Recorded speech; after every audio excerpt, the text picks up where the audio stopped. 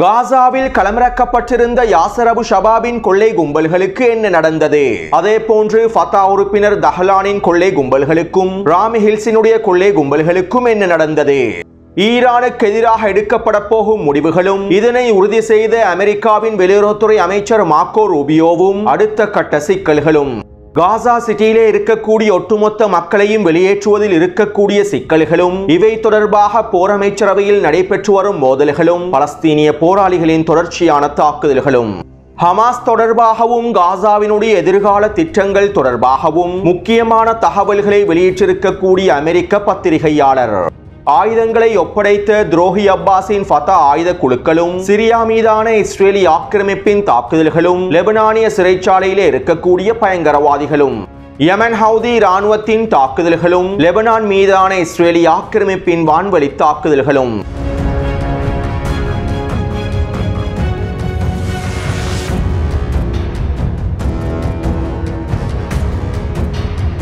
நேற்றிரவு இஸ்ரேலி ஆக்கிரமிப்பு ராணுவம் தெற்கு சிரியாவினுடைய குனித்ரா பிரதேசத்திலே வான்வழி தாக்குதல்களை மேற்கொண்டிருந்தது. ஏற்கனவே இஸ்ரேலி ஆக்கிரமிப்பு ராணுவம் கோலன் குன்று பிரதேசத்திலிருந்து குனித்ரா பிரதேசம் வரையில் தரைவழி தாக்குதல்களை மேற்கொண்டு பிரதேசங்களை கைப்பற்றியிருந்தது. இதற்கமைவாகவே தற்போது குனித்ரா பிரதேசத்திற்கு அருகாமையில் இருக்கக்கூடிய கிராமங்களையும் முழுமையாக கைப்பற்றும் நோக்கத்தோடு இஸ்ரேலி ஆக்கிரமிப்பு குறித்த பகுதிகளை இலக்கு வைத்து வான்வழி தாக்குதல்களை மேற்கொண்டுள்ளது. குறித்த பிரதேசத்திலே இருக்கக்கூடிய ஜூலானி எஸ்டிஎஸ் படைப்பிரிவுகளும் பாதுகாப்பு படைகளும் முழுமையாக வெளியேறிவிட்டன. மேலும் கடந்த 3 நாட்களுக்கு முன்பு குறித்த பிரதேசத்திலே வசிக்கக்கூடியவர்களுக்கு இஸ்ரேலி ஆக்கிரமிப்பு ராணுவம் மனிதாபிமான உதவிகளையும் உணவுப் பொருட்களையும் வழங்கியிருந்தது. இருப்பினும் குறித்த பிரதேசத்தை சேர்ந்த மக்கள் இஸ்ரேலி ஆக்கிரமிப்பின் உதவி பொருட்களை பெற்றுக் கொள்ளவில்லை. அவற்றை முழுமையாக தீயிட்டு கொளுத்தினார்கள். இப்படியான நிலைமையிலேயே குறித்த பிரதேசத்தை இலக்கு வைத்து இஸ்ரேலி ஆக்கிரமிப்பு வான்வழி தாக்குதல்களை மேற்கொண்டுள்ளது. மேலும் அண்ணன் நெட்டன்யாகுவின் குறித்த வான்வழி தாக்குதல்கள் தொடர்பாக தம்பி ஜூலானி எந்தவிதமான கருத்துக்களையும் அறிக்கைகளையும் வெளியிடவில்லை.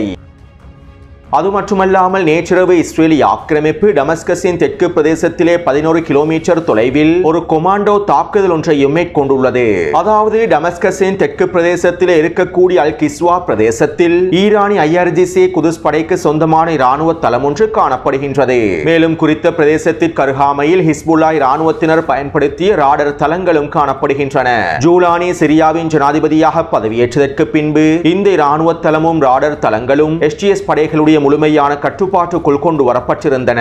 இப்படியான நிலைமையிலேயே இஸ்ரேலி ஆக்கிரமிப்பின் கொமாண்டோ படைப்பிரிவுகள் ஹெலிகாப்டர்கள் மூலமாக குறித்த பிரதேசத்திலே களமிறங்கி சோதனை நடவடிக்கைகளை மேற்கொண்டுள்ளார்கள்.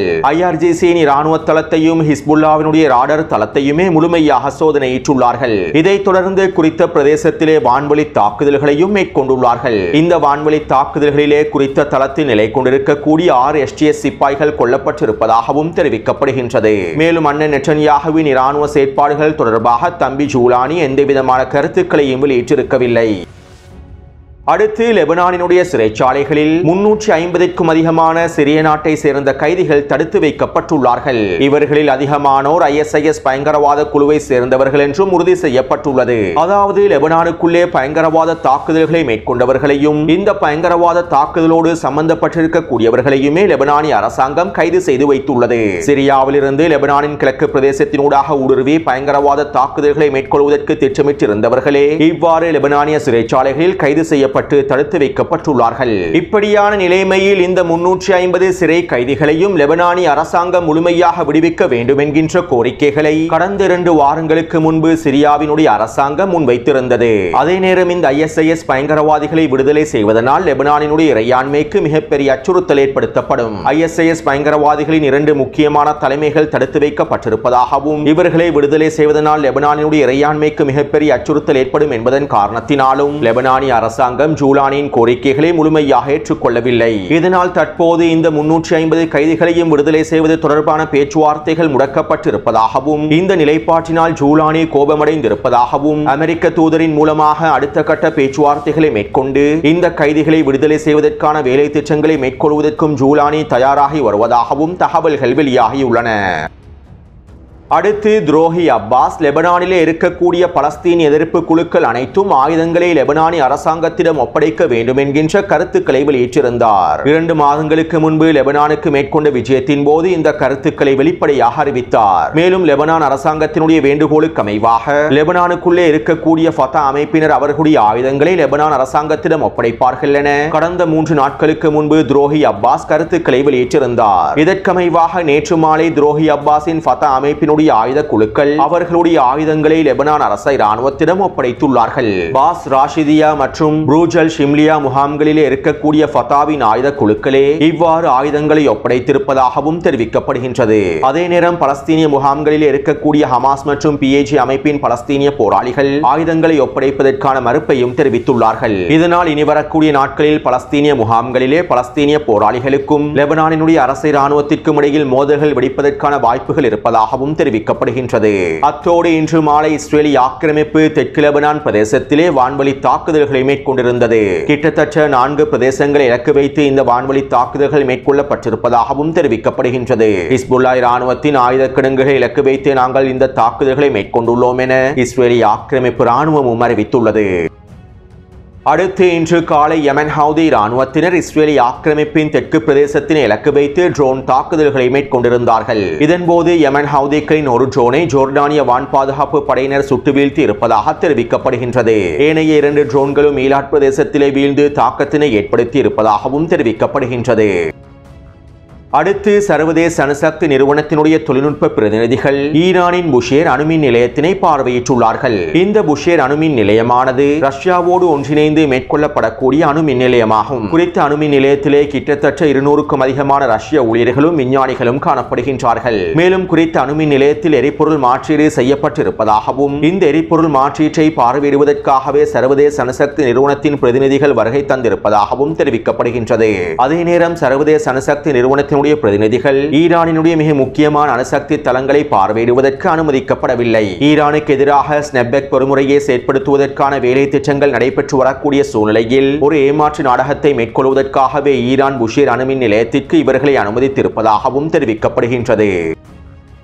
அத்தோடு இப்படியான நிலைமையில் பிரான்சும் பிரித்தானியாவும் ஜெர்மனியும் ஒன்றிணைந்து அமெரிக்க வெளியுறவுத்துறை அமைச்சர் மார்க்கோ ரூபியோவுக்கு தொலைபேசி அழைப்பொன்றினை ஏற்படுத்தி ஈரானினுடைய அணுசக்தி திட்டம் தொடர்பான விசேட கலந்துரையாடல்களை மேற்கொண்டுள்ளார்கள். மேலும் இதன்போது ஈரான் JCPOA ஒப்பந்தத்தினை மீறி இருப்பதாகவும் கடந்த 10 வருடங்களாக ஈரான் இந்த ஒப்பந்தத்தினை மீறி செயற்பட்டிருப்பதாகவும் இதனால் ஈரானுக்கு எதிரான ஸ்னெப்பெக் பொறிமுறையை செயற்படுத்துவதற்கான வேலை திட்டங்களை இன்றைய தினமே உத்தியோகபூர்வமாக ஆரம்பிக்கப் போவதாகவும் பிரான்ஸ், பிரித்தானியா மற்றும் ஜெர்மனி வெளியுறவுத்துறை அமைச்சர்கள் மார்க்கோ ரூபியோவிடம் தெரிவித்துள்ளார்கள். மேலும் இதற்கான முழுமையான ஆதரவை அமெரிக்கா வழங்குவதற்கு தயாராக இருப்பதாகவும் அமெரிக்க வெளியுறவுத்துறை அமைச்சர் மார்க்கோ ரூபியோ உறுதியளித்துள்ளார். எனவே இதற்கமைவாக இன்றைய தினம் ஈரானுக்கு எதிரான ஸ்னெப்பெக் பொறிமுறையை செயற்படுத்துவதற்கான வேலை திட்டங்கள் உத்தியோகபூர்வமாக ஆரம்பிக்கப்படும் என்றும் சர்வதேச ஊடகங்கள் செய்திகளை வெளியிட்டுள்ளன.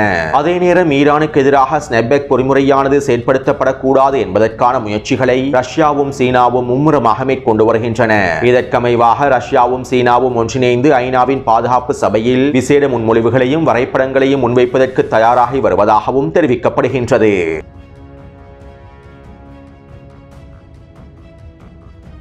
காசாவின் எதிர்காலம் தொடர்பாகவும் போருக்கு பிந்திய காசாவின் புனரமைப்பு திட்டங்கள் தொடர்பாகவும் காசாவிலே யுத்த நிறுத்தத்தினை ஏற்படுத்துவது தொடர்பாகவும் காசாவிலே ஹமாஸை முழுமையாக நிராயுதபாணியாக்குவது தொடர்பாகவும் நேற்றிரவு அமெரிக்க வெள்ளை மாளிகையில் விசேட கலந்துரையாடல்கள் மேற்கொள்ளப்பட்டிருந்தன. டொனால்ட் ட்ரம்பினுடைய தலைமையிலேயே இந்த விசேட கலந்துரையாடல்கள் நடைபெற்றுள்ளன.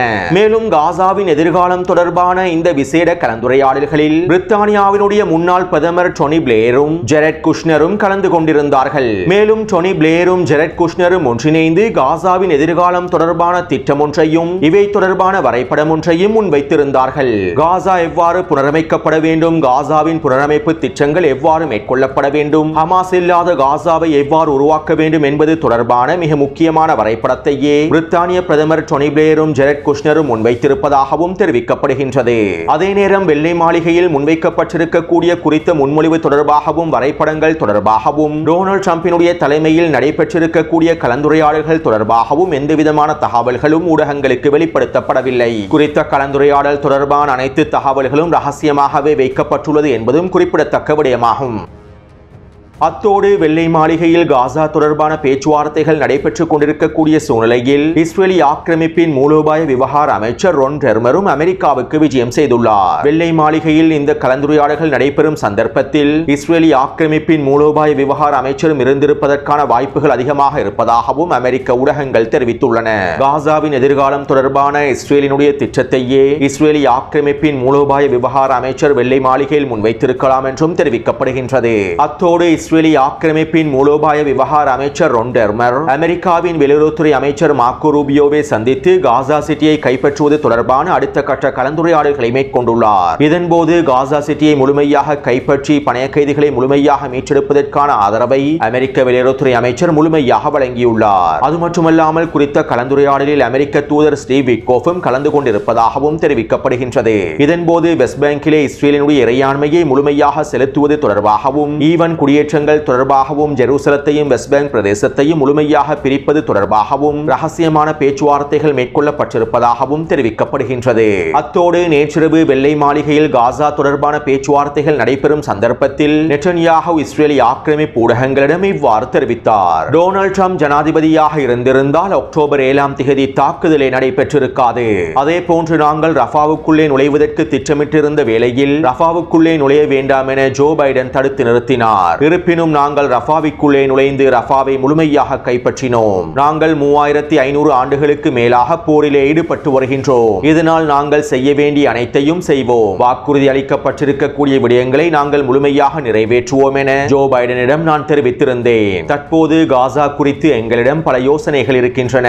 காசாவிலே அமெரிக்கா முழுமையாக தலையிட்டு காசாவை நிர்வகிப்பதற்கு அமெரிக்கா ஒப்புக்கொள்ளுமாக இருந்தால் அதற்கான அனுமதியை நான் முழுமையாக வழங்குவேன். ஒட்டுமொத்த காசாவையும் அமெரிக்காவின் கட்டுப்பாட்டுக்கு கீழால் கொண்டு வருவதும் ஒரு சிறந்த யோசனையாகவே இருக்கின்றது என நெட்டன்யாஹூ தெரிவித்துள்ளார். எனவே நெட்டன்யாஹூவின் இந்த கருத்துக்களில் இருந்து வெள்ளை மாளிகையில் நடைபெற்றிருக்கக்கூடிய டொனால்ட் ட்ரம்பின் கலந்துரையாடல்கள் தொடர்பாக சில முக்கியமான விடயங்களை எங்களுக்கு புரிந்து கொள்ளலாம். அதாவது காசாவை அமெரிக்காவின் கட்டுப்பாட்டுக்கு கீழால் கொண்டு வருவதற்கான பேச்சுவார்த்தைகளையே காசாவின் நிர்வாகத்தை முழுமையாக கைப்பற்றி அமெரிக்காவின் கட்டுப்பாட்டுக்கு கீழால் கொண்டு வரக்கூடிய பேச்சுவார்த்தைகளையே வெள்ளை மாளிகையில் டொனால்ட் ட்ரம்ப் மேற்கொண்டுள்ளார் என்பதனையும் நெட்டன்யாஹூவின் இந்த கருத்துக்களில் இருந்து எங்களுக்கு தெளிவாக புரிந்து கொள்ளலாம்.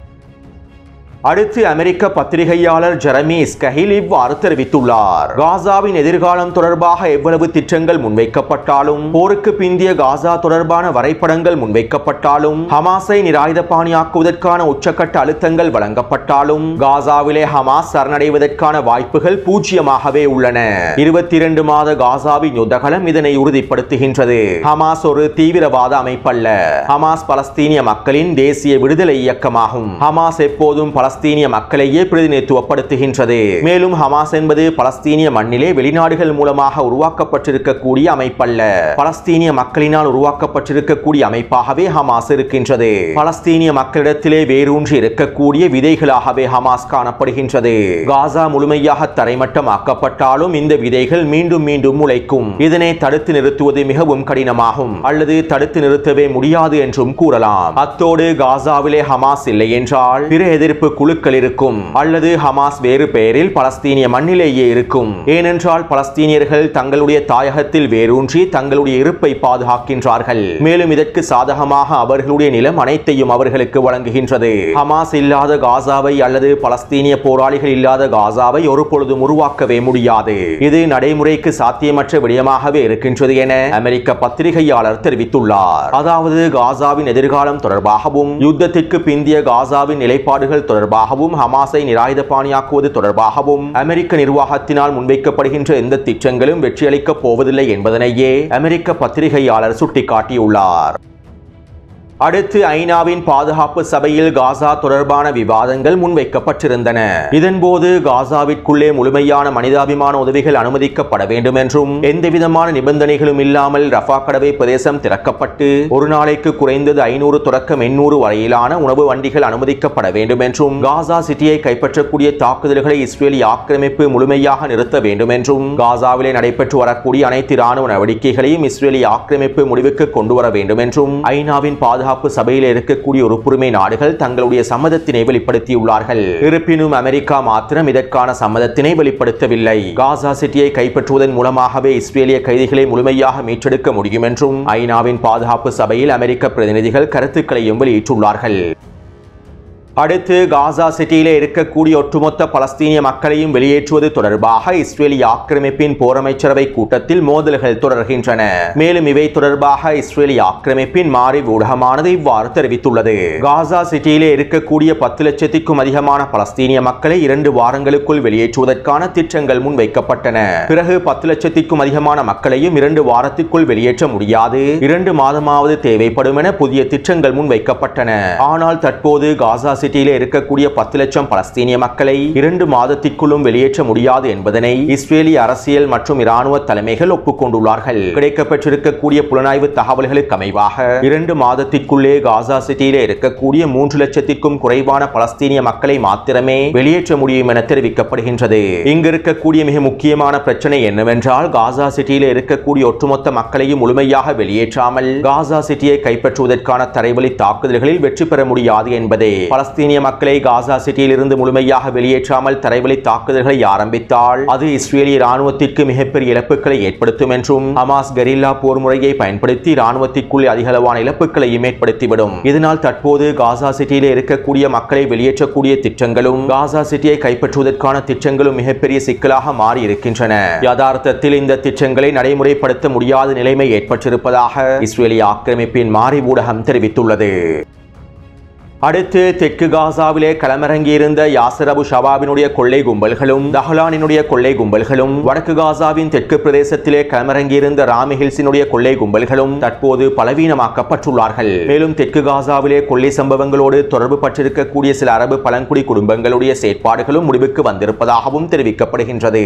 அதாவது கடந்த 2 மாதமாக பலஸ்தீனிய போராளிகள் மேற்கொண்டு வரக்கூடிய தாக்குதல்களினாலும் இராணுவ நடவடிக்கைகளினாலும் அடுத்த கட்ட திட்டங்களின் மூலமாகவும் யாசர் அபு ஷபாபினுடைய கொள்ளை கும்பலை சேர்ந்தவர்களும் ஏனைய கொள்ளை கும்பல்களை சேர்ந்தவர்களும் அதிகளவில் கொல்லப்பட்டுள்ளார்கள். கிட்டத்தட்ட 350க்கும் அதிகமான கொள்ளை கும்பலை சேர்ந்தவர்களும் உளவாளிகளும் கொல்லப்பட்டிருப்பதாகவும் பலஸ்தீனிய போராளிகள் இவர்களை முழுமையாக அழித்திருப்பதாகவும் தெரிவிக்கப்படுகின்றது.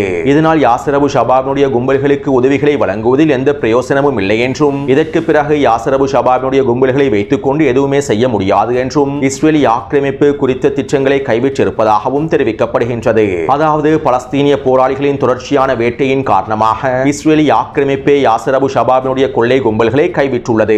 இதனால் தற்போது யாசர் அபு ஷபாபும் தஹலானும் முழுமையாக தலைமறைவாக இருப்பதாகவும் தெரிவிக்கப்படுகின்றது. அது மட்டுமல்லாமல் இவர்களை தட்டி தூக்குவதற்காகவும் எஞ்சிருக்கக்கூடிய கொள்ளை கும்பல்களை தட்டி தூக்குவதற்காகவும் பலஸ்தீனிய போராளிகள் தொடர்ச்சியான தேடுதல் வேட்டைகளை மேற்கொண்டு வருவதாகவும் தெரிவிக்கப்படுகின்றது.